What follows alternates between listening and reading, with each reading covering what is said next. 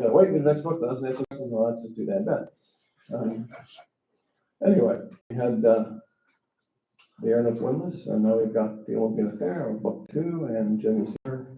General thumb, if you're gonna come up against the slide again, 3 of us at a time, please. If you got more, just go around the back and we'll fit you in until we run out of energy, and Jimmy says, and he'll do his Q&A, we'll cut you off, and we'll start the sign, and please don't trample me or the author. Please welcome Jim Butcher.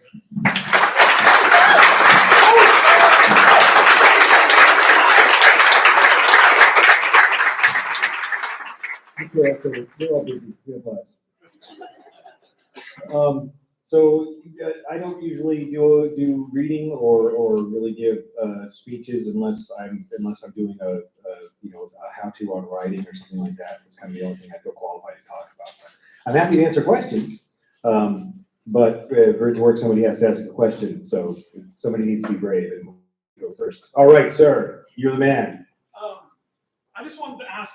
Your son is now a writer too. What was it like trying to, like, were you involved at all in teaching him to write or passing on the things you got from your writing? Did he listen?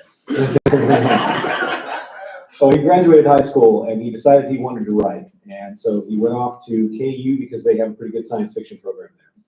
And so he went off to do that. And as he was going off to KU, I went to him and I was like, okay, kid, listen, if you want to learn how to do what I do and you want me to teach you, you just let me know. We can start working on that. And he goes, Dad.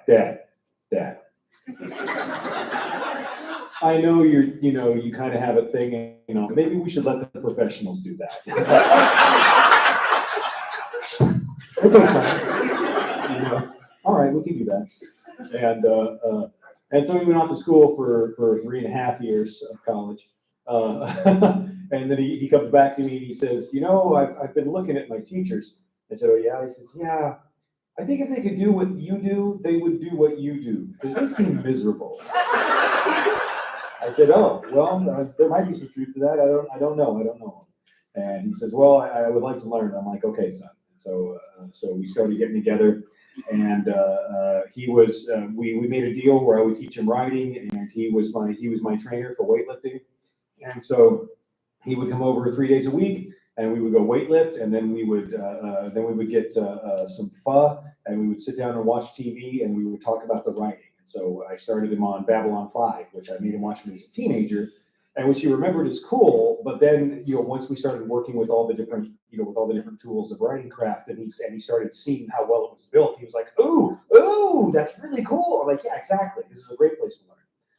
And so we did that, and we did Buffy, and then we've done like all the shows, all the Marvel stuff as they've come out, and old Daredevil and stuff like that. And so we would just sit and we would watch it, and we would say, okay, well, what do you think? And he's like, well, I think they missed an opportunity to do this here. I said, you're right. Here's how they did this, and they could have made one little change that would have made it all very different. And he's like, oh yeah, you're right. And that was our theoretical discussion that I would read his work and give him a critique on his work. And then we got the hardest part was getting to the point where you can't be a writer if your dad is giving you work to do, right? I'm not going to be there for him his whole life. He has to be able to be self-motivated and do it himself. And so for a couple of years, I was just sort of very passive and very reactive about the whole writing thing with him. I didn't pursue him to be bringing me new stuff all the time and everything. I would just say, well, if you're going to be a writer, you've got to write. And for like 2 years, he had to learn that discipline on his own. And it was really hard because I wanted to be there going, go Jay, behind him and cheering him on and everything. But I couldn't do it, because if I did, that would undermine him in his own career. So I had to watch him struggle out from under that himself and learn how to deal with it. And finally he did. And, one day he comes up to me and says, I've got most of a new book done that I haven't told you about. I'd like you to take a look at it and tell me what you think. And I kind of stopped and looked at him and said, all right. And that was the first book that he sold. He had gotten to the point where he was writing well enough that I knew he was going to be able to sell it. And so after that, I was just like, you did it. And he's like, what? And it's like, yeah, I've been testing you for the past 2 years and not telling you. It's kind of a Yoda thing. And he just kind of looked at me, what? And I kind of went through and told him, this is what you have to learn, and there's no way for me to teach you that except to throw you out of the nest and watch you try and fly, you know, and so I had to do that. He's like, oh my God, he's like, that was doing hard. I'm like, it was hard, it was terrible. Now let's talk about all this cool stuff that I've been wanting to talk to you about for the past couple of years. And we started doing that. And he's like, I don't understand why. I said, it's because, kid, you've done it. You've developed yourself to the point where you're going to be able to sell now. This is good stuff. So that was kind of like what that worked. And now he's the one that schools me, because not only has he been, because since then, not only has he been listening to me, but he's been binging all of Sanderson's lessons, which are online. So his style is coming out somewhere between me and Sanderson, which, you know, whatever. Oh, granted, he has killed the publishing industry. It's going to take a long time to bleed to death, but the way it is now, they're not going to be able to keep going the way it is now after what Brandon's done. Good Lord. If I wanted to have my own evil organization and lair and run my own company, do my own corporation and so on, I might try and do the same thing, but I just want to play video games and LARP on weekends and, you know, get some writing done for people to enjoy. So I don't want to run my own corporate empire. I don't know if I could do that anymore. So I guess I'll just stay where I am for a while. But yeah, what else we got? So cats and cinder spires, they seem to have a longer lifespan than cats in our world. Can you tell me like about how long they live and maybe why that is? Cats in the cinder spires, they will, if they have no intervention from humans, they'll live to be 40 or 50 usually. More if there's humans about that can do things to help them, you know, because, you know, cats are not so much on the brushing your teeth sort of thing, you know, whereas humans get all fussy about such things. But yeah. One of the things I love about RPGs is the element of chance, you know, that you built up this great thing and you go for it and you roll terribly. Do you have any sort of mental process that you use for like, you know what, now is the moment for Lady Luck to really just mess this up for our characters? Or is that just a part of the structure of the story? Sir. It is always the right moment for Lady Luck to mess things up. Well, I mean, you know, and everyone else too, really. I mean, you know, you can tell the characters I really like because they go through the worst stuff. Yeah, I'm really fond of folly, apparently. So, it's always the general rule is if I'm doing something, I'm trying to figure out something to do, and I will kind of set up I will occasionally set things up with like models and so on, and just play some D&D with it to see, you know, what's a good way for things to happen. And it's almost never a better story when the luck comes down on the side of your character, unless you're just trying to get through this thing from one you know, point A to point B. In which case, yeah, let's move the story along. We're not going to complicate things for no good reason. But generally speaking, you know, I just like to throw horrible things. I don't like to rely on the dice for that in games either. I like to throw horrible things at people. And then when the dice deliver horrible things, I just cackle gleefully. I didn't even plan to do that to you guys. It just worked out that way. But yeah.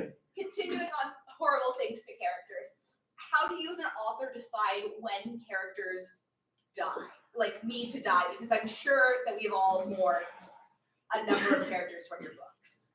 How do I decide when the characters need to die? Well, I mean, you know, kind of, I'm the creator of all the stuff that's going on, and I am a capricious god. With those poor characters. Usually it's, almost everyone, it's something that it's been planned into their destiny, you know, and usually you can tell when it was planned into their destiny because I will have a good line of dialogue associated with it. And it's when I think of that line of dialogue that's like their, you know, that's like their epithet that I go, ooh, oh, you're dead. Wow, that's too good a line. I have to kill you to be able to use that one. You know, when Matt looks at him and says, "There's a reason they're called mortals." You know, it's like once I heard Matt say that line in my head, I was like, "Oh, Murphy, you're not going to make it, are you?" But we'll do more of that. Yeah, I've been yelled at every stop on the tour so far for that. So yeah, I will say our story's not over yet. Because there's various ways you can keep on hanging on and influencing things. The Dresden Files universe, and Murphy's a bit stubborn. Well, and more to the point, Harry's a bit stubborn. So not necessarily very.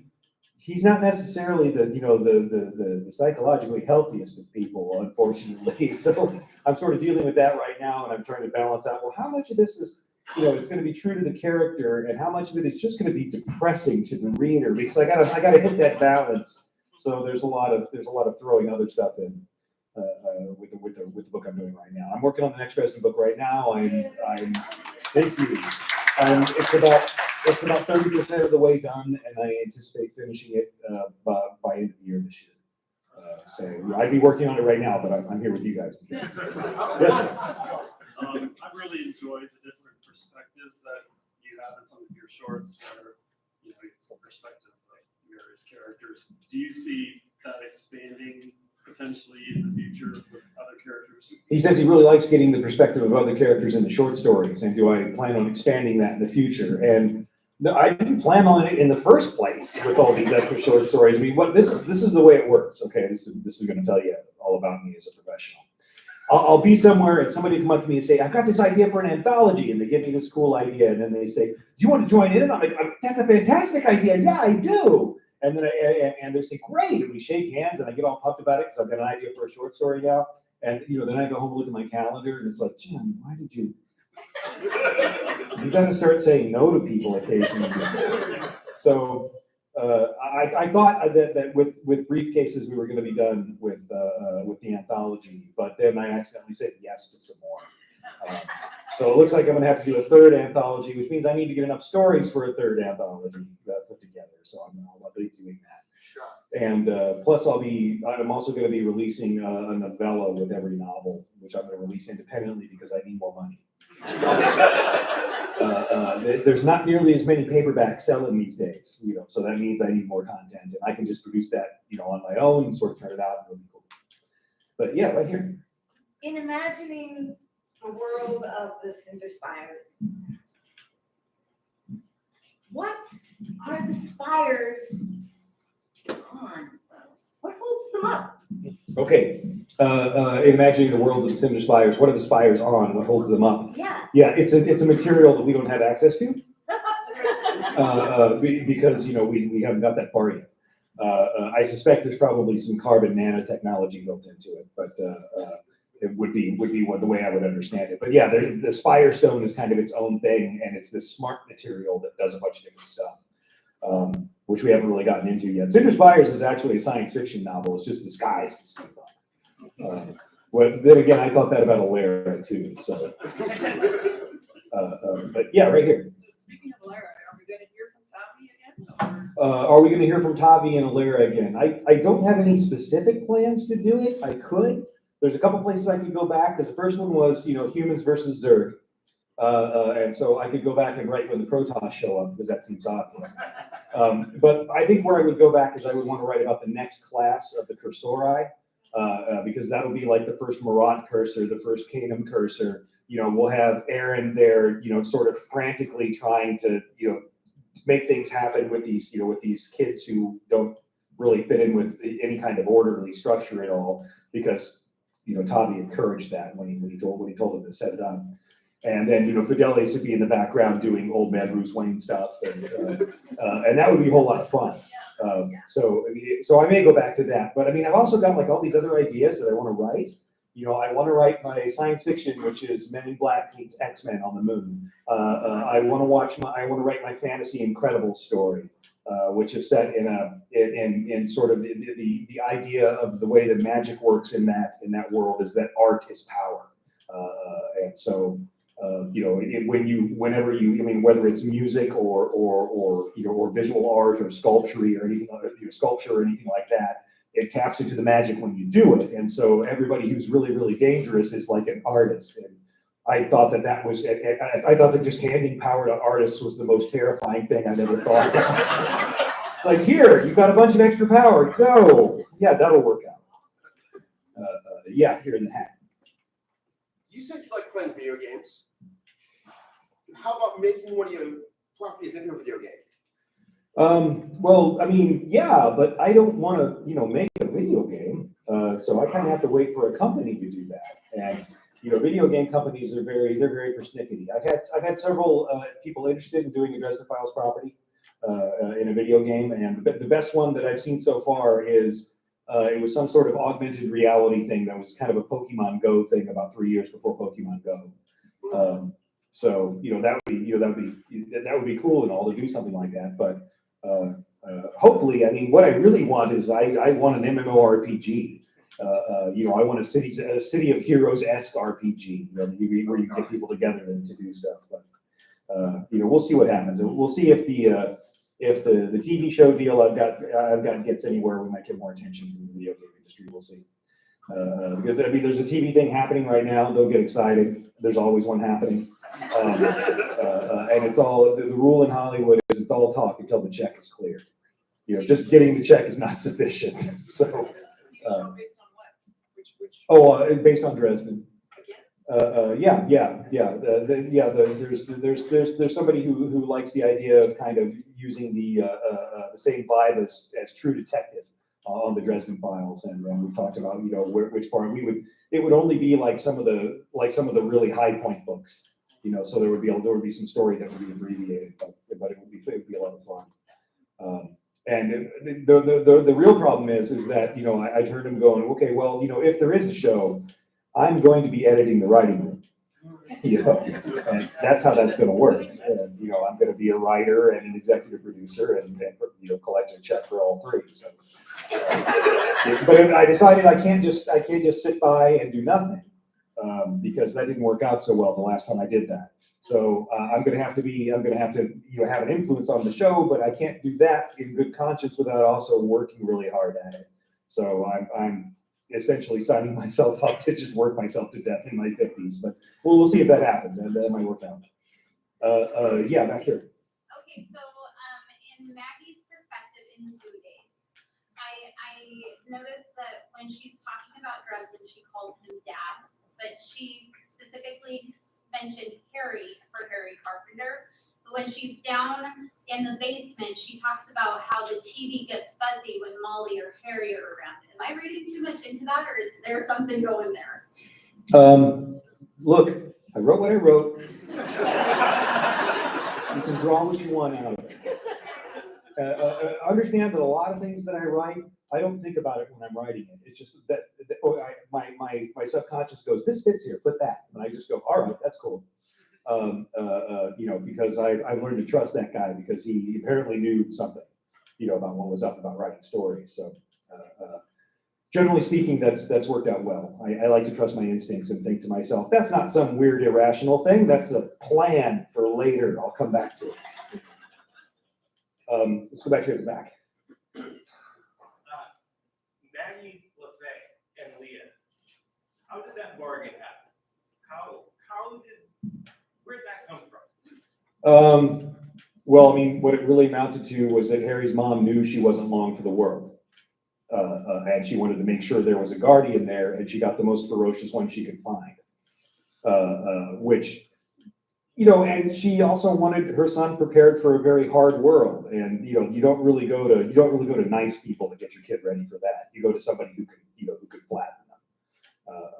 And then Harry got flattened over and over again for a long time. But yeah, his mom didn't have a whole lot of illusions. Margaret LaFay was pretty cynical, much more so than Ebenezer is. So yeah, she had kind of a rough life. Are we going to spend more time with her? Oh, I doubt it. That was previous generation stuff, man. The prequels just don't work. It's like you've got to have that background that sort of vanishes into the mist, in order to create the real breathing world in front of you. But if you try and go back and just outline everything, nobody can keep track of that. Although maybe we can now that we're going to have AI helping us. I mean, that's what I do now is I'll go to ChatGPT and say, remind me of the ages of the Carpenter children in the Dresden Files, and ChatGPT will go, okay, well, they're spread out like this. And ChatGPT never minds when I ask about that, and as long as they're just taking my material and using it to build their damn program, I can get some use out of it. Yeah, here. I'm glad you mentioned AI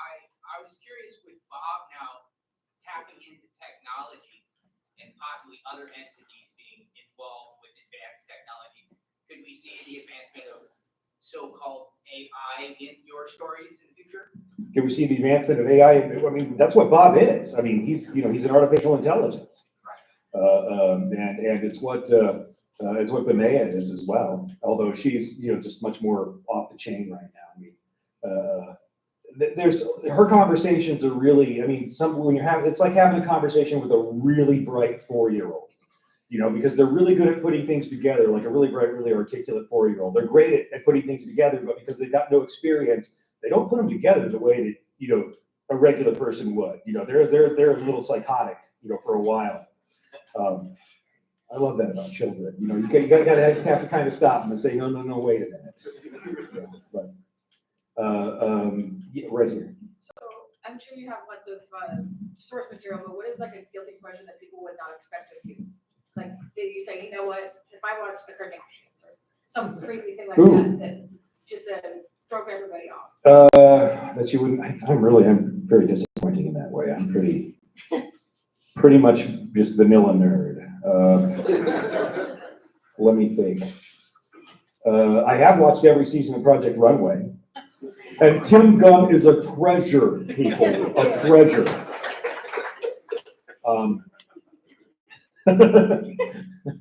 But then that was my previous relationship. I did that. So I probably have more shoes than people would expect me to have. I get made fun of for that a lot. I've got quite a number of pairs of shoes because they all have a different thing. And then I learned how to dress, and you got to have black ones and brown ones, and then black one and brown ones for every different thing, so that it all matches. And so that there's probably I'm probably a bit more of a clothes horse at home than people would expect of me. But I've tried to learn how to make myself look good and all. I'm trying to be a good example for my son.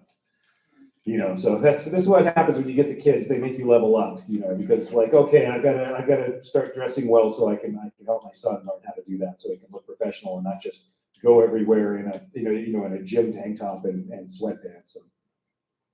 But yeah. Right here. Do you know about how long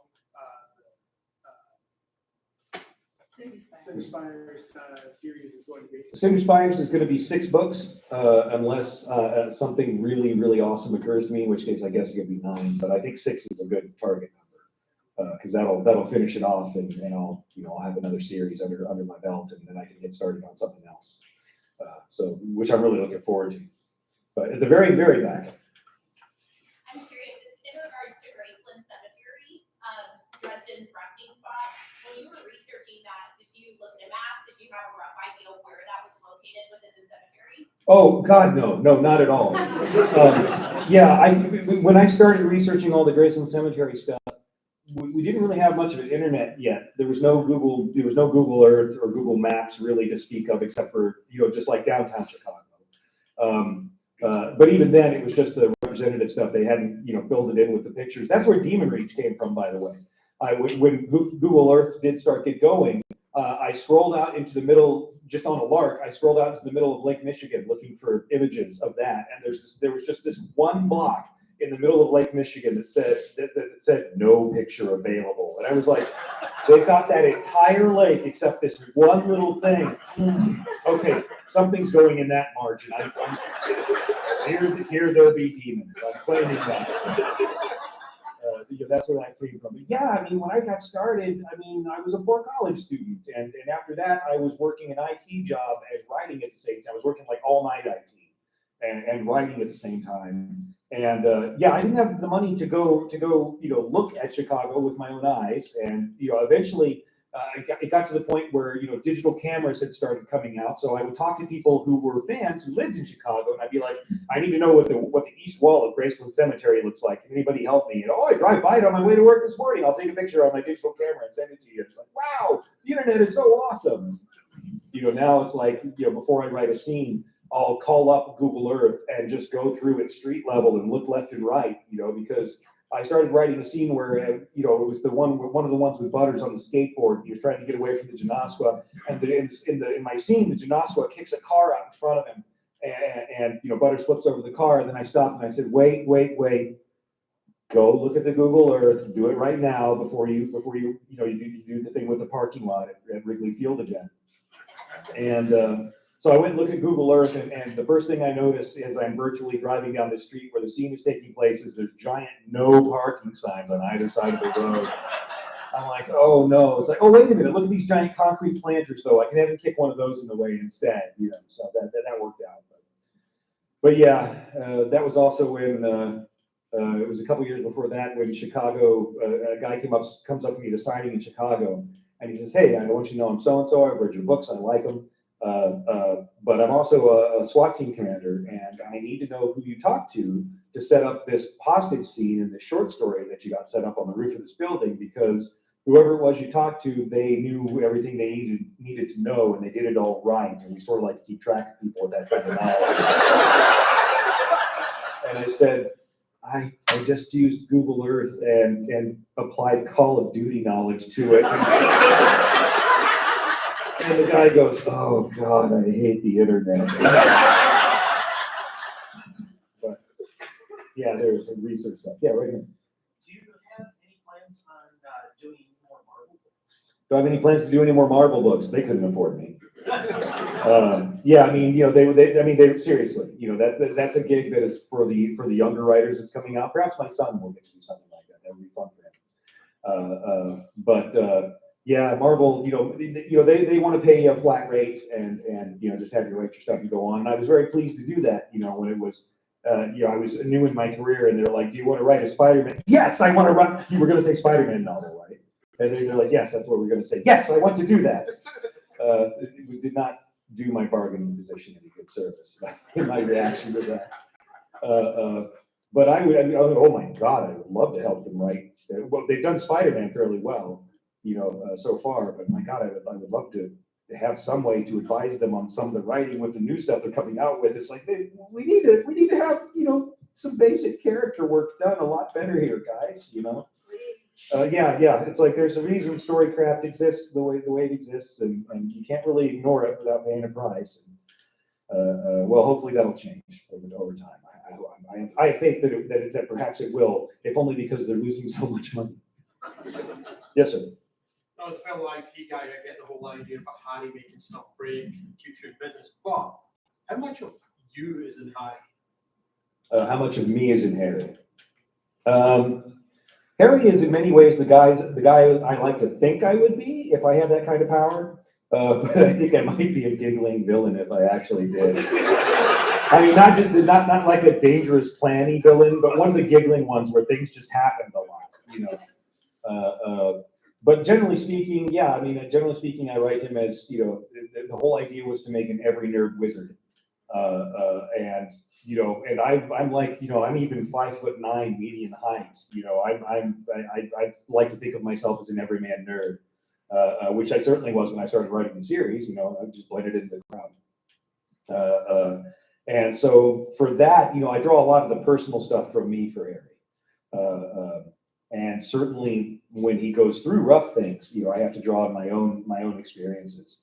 Which is why writing this book that I'm on right now it's difficult and painful. He's going through rough stuff.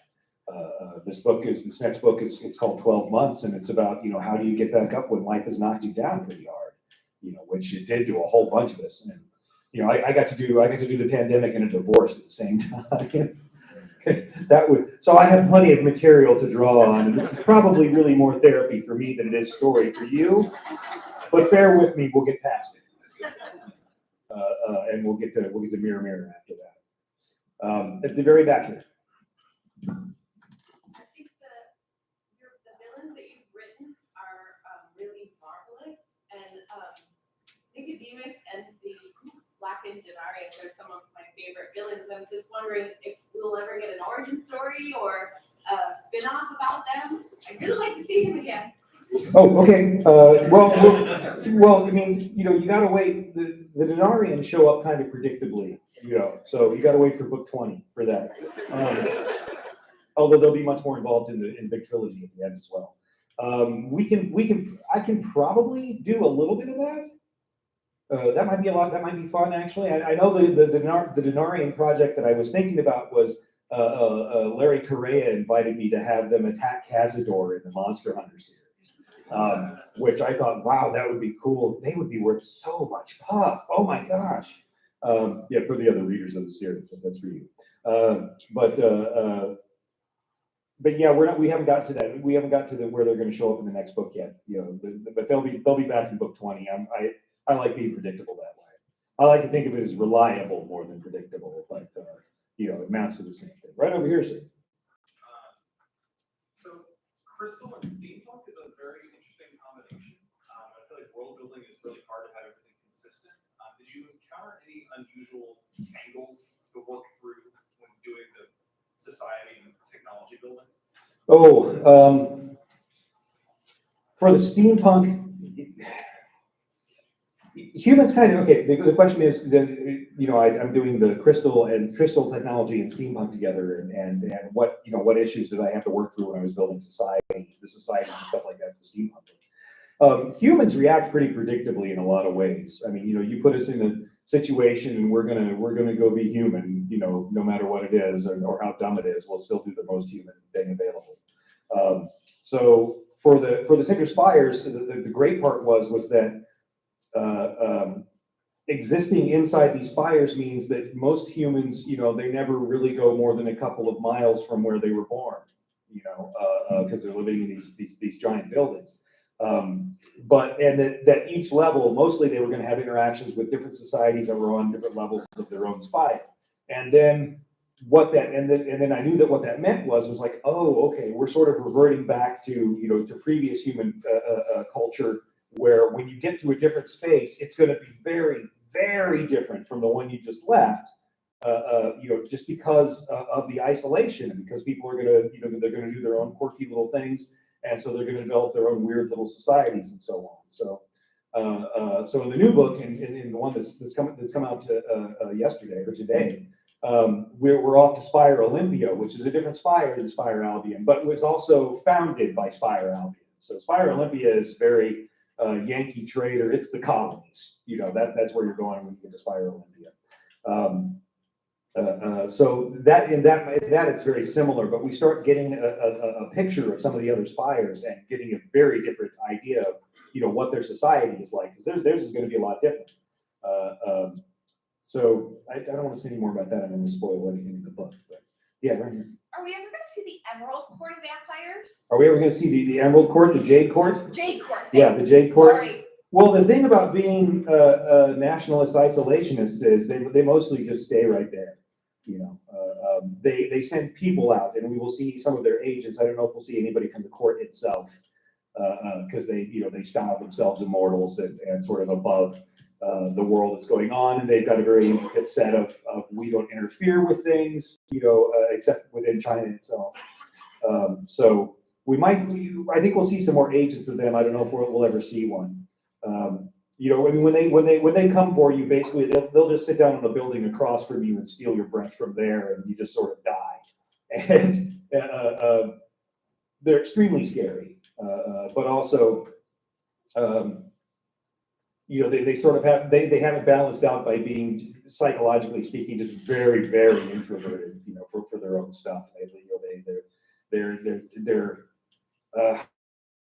I don't want to say autistic because it doesn't quite hit it the right way, but they're the ritual and honoring what they always are and were, and the tradition of their past is sort of what keeps them sane and together, you know, after being alive for a long time. Because that's really the problem with being alive for a long time, is losing your mind.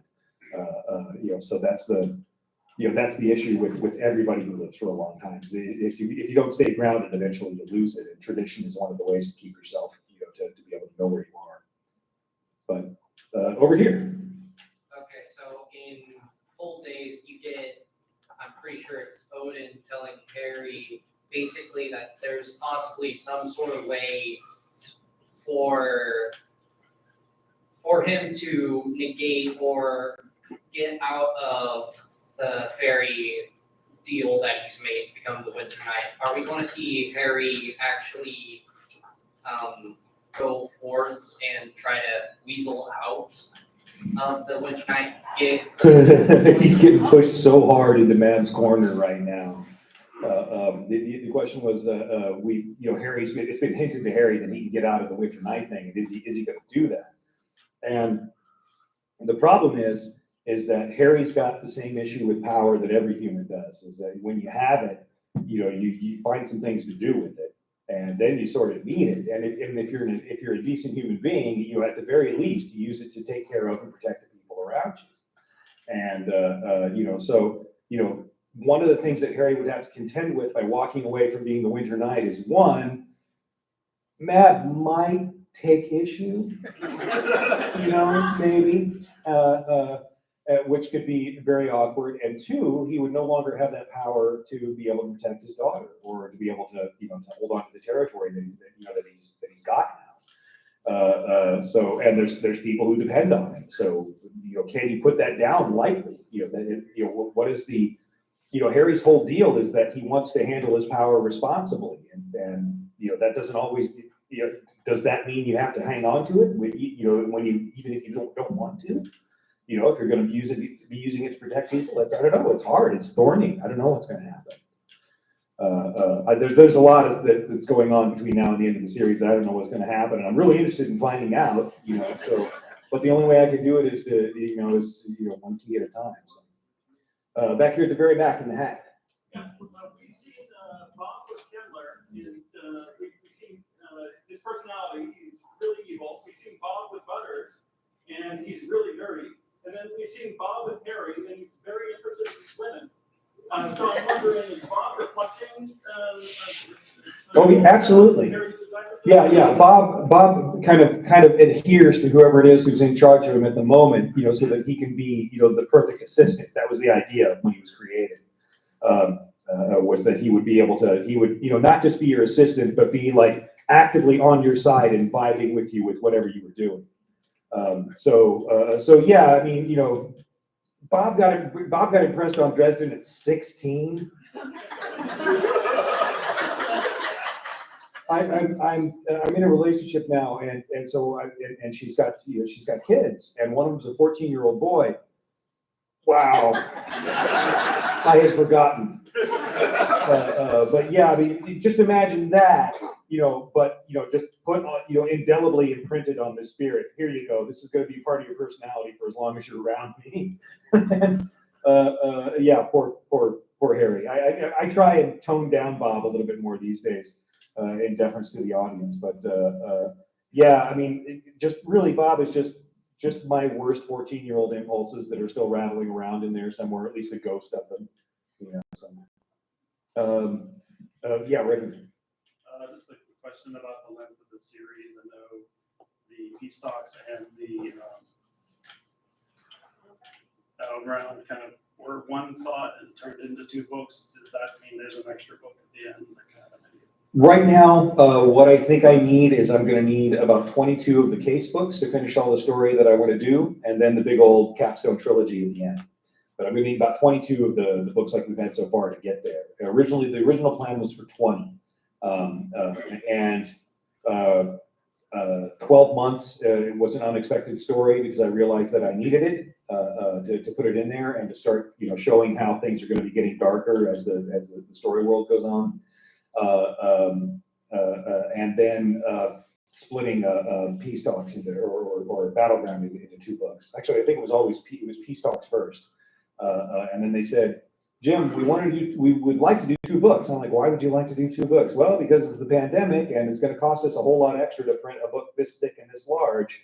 And we would have to run the hardcover price to over $50. I'm like, no, I'm not doing that. Sanderson can have that one. He can have a $50 hard copy. I'm not going to be the first guy to do that. So, okay, we can do 2 different, but only if we put them out in back-to-back months. And because I was very excited, I wanted to do it like the end of the Back to the Future trilogy. Where you like, these 2 movies came out right together, and it was very exciting. I remember that when I was a kid. It's going to be out next month. Oh my gosh! And so they agreed to that, and then they came back to me and said, "Well, we checked with the logistics, and the best we can do is back-to-back quarters." And I'm like, "Okay, fine, back-to-back quarters." But I'm glad it came out when everybody was stuck inside. I was glad that I could turn something like that out during that time. I wish it had perhaps been a little bit, a little bit happier and jokier, perhaps would have been appreciated for the time. But I didn't plan for the pandemic. I mean, I had a plan. I had a big plan. We were going to have those 2 books. We did the theatrical trailer. There was a tour set up that was going to start at San Diego Comic-Con and end at Dragon Con. The first book was going to come out then, the second book was going to come out then, and there was a plan. It was going to be awesome. It was going to be the summer of Jim Butcher. Yeah, life doesn't always work out the way you mean it to, so that turned out quite different than what I had originally had in mind for that summer. Here at the very back, Blue Mask. Related to your experience of diligent by law enforcement, is there any other experience that you've gained from playing video games that led into the novels also of having preserved invade your Roman Legionnaires versus Pokemon world? There's less that I gained for video games that went into the writing than I gained from LARPing that went into the writing. Video games are very cool, and you get to try a bunch of new stuff, and you get to see things from different perspectives and enjoy different kinds of action and pacing. But video games have their very own very unique storytelling. So I don't learn as much from that, but I do know what it's like to be crouching in the bushes on a morning where frost is forming on your cape and waiting to ambush a passing party of warriors, and what that's like, and it sucks, is what it's like. I do know from LARPing that having a glowing sword of any kind, okay, there's two things that happen when you have a glowing sword of any kind. One, anybody who's got a missile weapon shoots it at you because they can't see anyone else, and they've got a great shot. They've got a great vision of you because you've got a glowing sword. And two, if you've got a glowing sword, is you also get all the mosquitoes, all of them. They never mentioned that. They never had the Jedi, and they really ought to, because that's what would happen. Either that, or they would have to, just be.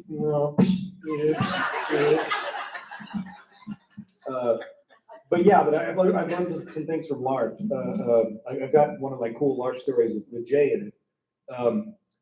He was playing a rogue type character, and so they had set up a scenario for him where there was a barn in the property we were playing on, and the inside of the barn got lined with tripwires that were hooked up to mouse traps. And so if you put enough pressure on it to set off a mouse trap, it would set it off, and all these buzzers and stuff would go off. And there was a sacred idol that got placed in the middle of this maze of tripwires.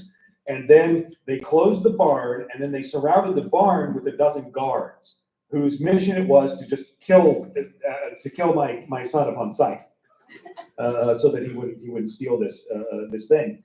And while my friend is the GM, he's setting up a scenario, and I look at him and I say, "You didn't build any way for him to actually defeat this in." And he kind of stops and looks at me. This is about a year after Jay went to college. He stops and looks at me and he says, "No, you don't build him a way in. He's gonna get in there and get it, no matter what I do. I don't think you understand how capable he's become." And I'm like, okay. And so. I was kind of thinking about it. I was like, how would I get in there? Oh, I've got no idea. There's a dozen people around the outside. There's no way to approach it. There's no way to open the door without all these alarms going off. And then he says, okay, come on. It's like, what are we going to do? Nothing. We're just going to let him play the game out. We'll see. We'll see what happens afterwards. And I'm like, okay. So we went inside to the house, and we started watching the movie. We would just let Jay try to figure out how to go get this idol. And we were watching that Space Vampires movie where Picard explodes into blood. Do you remember that one? I forget the name of it. Life Force. But the end of it is very super flashy, very stroboscopy. And so we're down to the end of that movie, about 2 hours later. And at one point, it's stroby, the room goes black. And as the screen goes black, and then the light comes back up again on the screen. And as the light comes back up, James is sitting across from us in the couch on the other side of the room. And he's holding the popcorn that I made for myself and set on the table, and chewing on the popcorn. And then without looking down or saying anything, he just reaches into his belt pouch, pulls out the idol, tosses it to my friend, the GM, and goes back to eating. And I just kind of look at him, and what he had done was he had gone out into the woods, and the first thing he'd done is just gone out to the woods, sat down at the base of a tree, taken a nap for 45 minutes. Because he knew the guards were mostly, like these teenagers and college kids, and they were going to get bored and cold rapidly, and they did. And so they gathered up, started talking to each other and so on while they were waiting for it. So he let that happen. And then he had a long fuse on some fireworks that he set off. He lit it and then walked away from it, so that he had the little flashers that started going off in the woods. So half the guards ran out to go do that, immediately dropping it to half the guards that were around, and they were all in one place talking to each other because they were too cold and tired, and they didn't really want to go run into the woods. So he managed to sneak up to the one side of the building to dig. He found where the loose dirt was and dug it out with his hands to get under one of the walls and slipped in. Found his way through the mazes by feel, going through all these tripwires, and got the idol and got back out again. Before they all got back. And it's like, wow, okay. Note to self. I'm gonna have to step up my game when it comes to hiding those car keys. But then he just sort of rolls in like it's nothing. It's like, oh, wow, my kid. When did my kid turn into Bond? It's like, yeah, he's been getting real self-reliant. Okay, good, I think.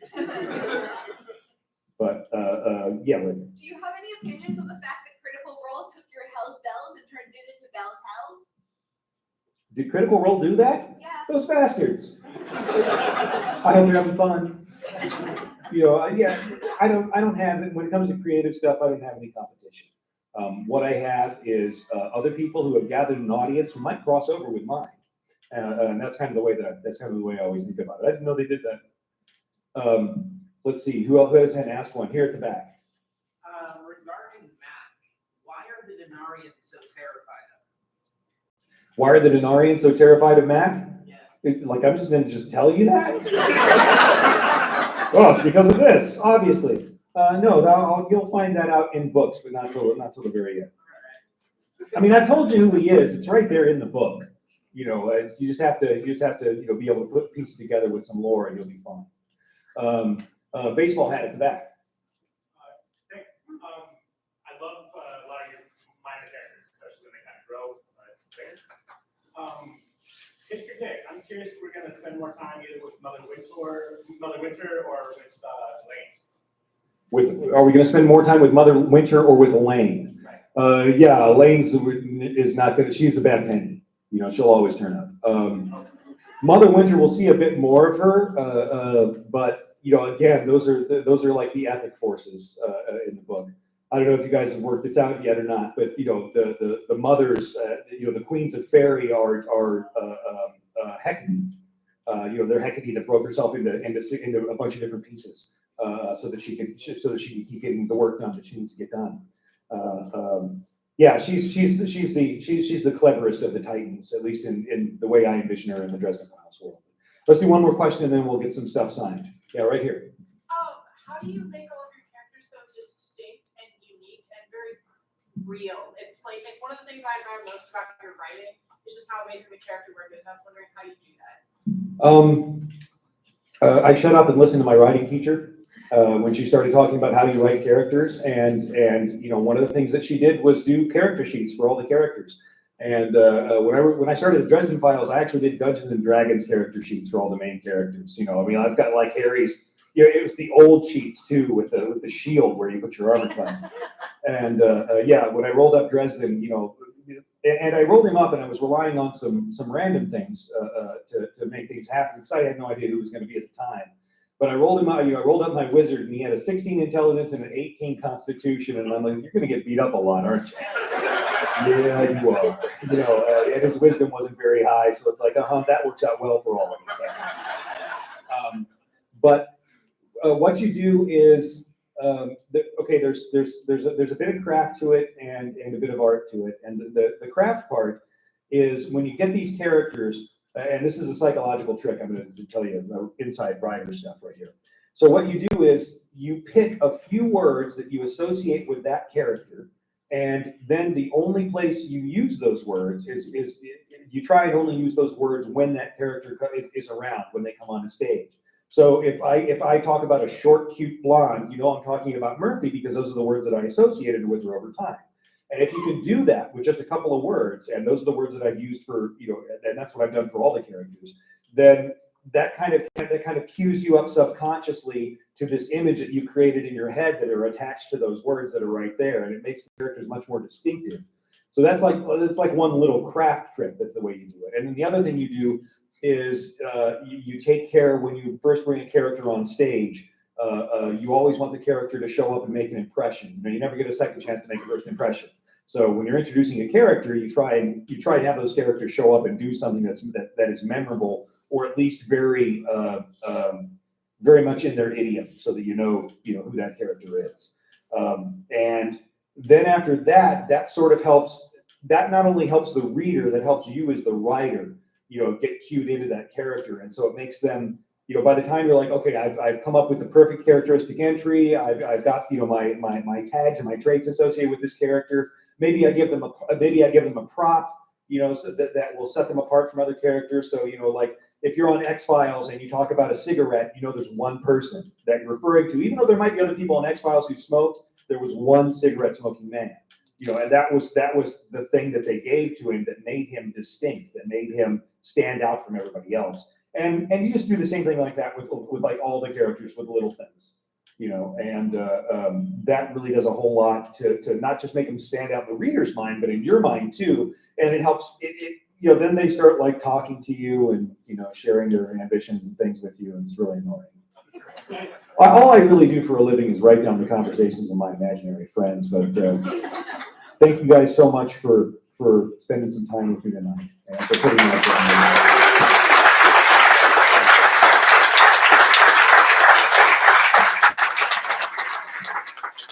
All right, how are you going to do this? Am I going to be up here? Okay. I'm going to stand up then, because this is my back will be terrible if I'm bent over for the next hour. I hate to cut this part off. That's always fun. Okay, so we're going to do row by row. So you guys will just so if you got more than 3 or 5 books, please go back around and wait till the end, and we'll